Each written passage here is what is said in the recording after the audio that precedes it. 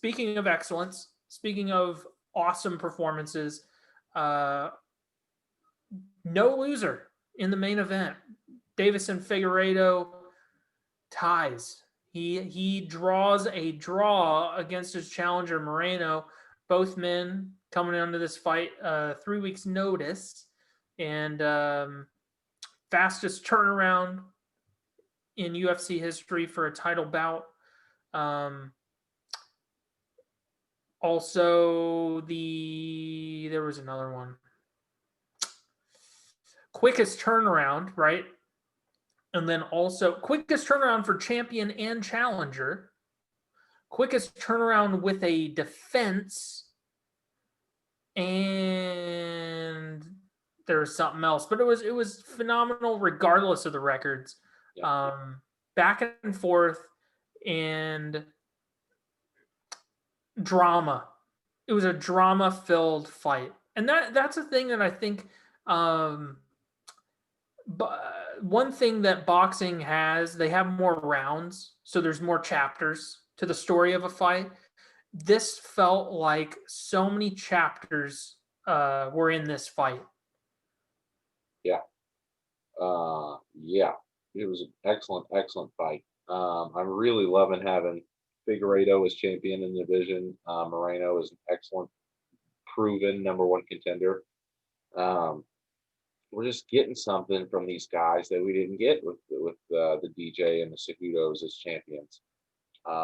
There's a Figueiredo is willing to put himself in the fire in a risky position that other people wouldn't be willing.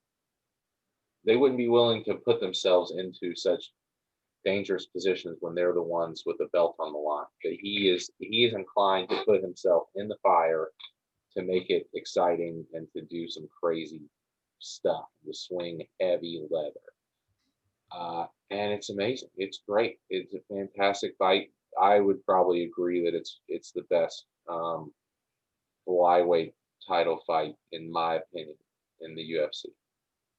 Really, its only competition would be either the second Cejudo fight or the Tim Elliott fight, maybe against DJ. Also, the first Dodson fight. and Dodson 2.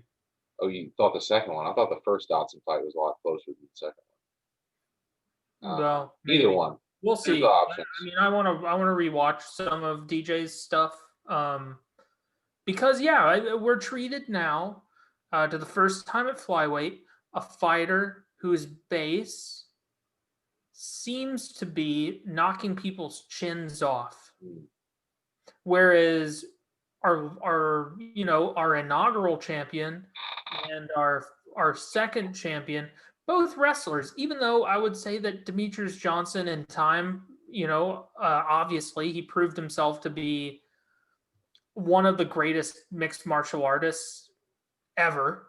And I mean like a guy who has all the skills, like a guy who, when you look at them on a graph, like all the levels are just about even as far as their proficiency.